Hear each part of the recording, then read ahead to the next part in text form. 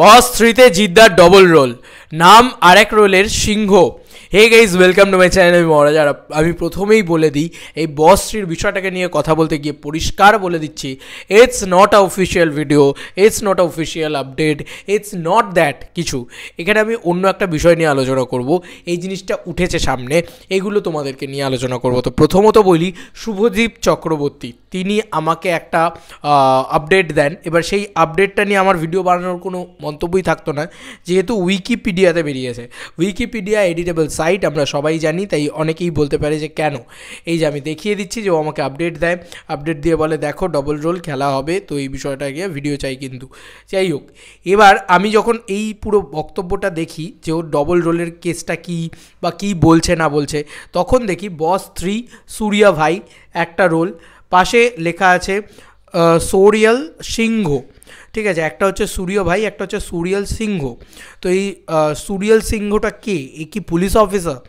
এবং এটাতে কিন্তু জিদ্দার ডাবল রোল এটা শোনা যাচ্ছে। যাই হোক, তো এই একটা জায়গায়, এবং তার পাশে লেখা also producer and Pavel directorial, Pavel the ডিরেক্টোরিয়ালের টিমে রয়েছে, এরকমটাও শোনা যাচ্ছে। এবার সে তো হলে খুবই ভালো কথা। এবার একটা একটা করে বলি জিনিস। এই খবরটা সত্যি নাও হতে পারে, কোনোভাবেই সত্যি নয়, খবর বলে দিচ্ছিও না তাই জন্যে।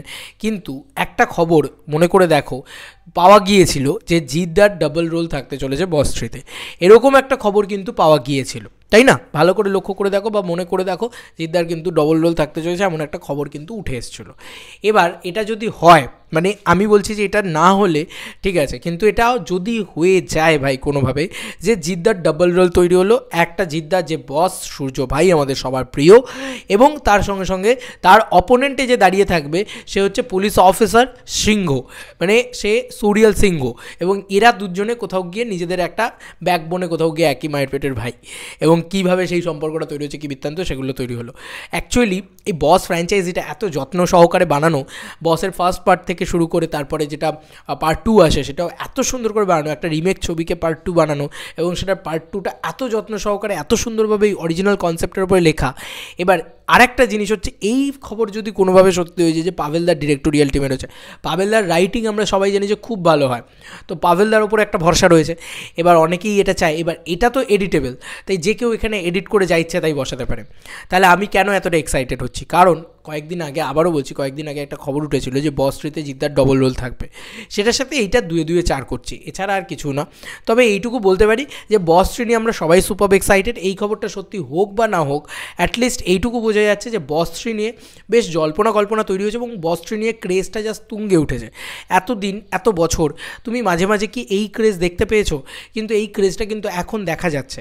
এবার আমাদের কাছে লেটেস্ট যে আপডেট ছিল সেটা শিল্পেন্দুদা দিয়েছিলেন, এন্টারটেনিং প্রিন্স, যে এপ্রিল মাস থেকে সম্ভবত বস 3 শুটিং শুরু হবে। এবার দেখার বিষয় এপ্রিল মাস থেকে বস 3 শুটিং শুরু হয় কিনা, বস 3 কোনো আপডেট আসে কিনা পরবর্তীকালে, সবটাই তো সময় বলবে, জিদ্দা বলবেন।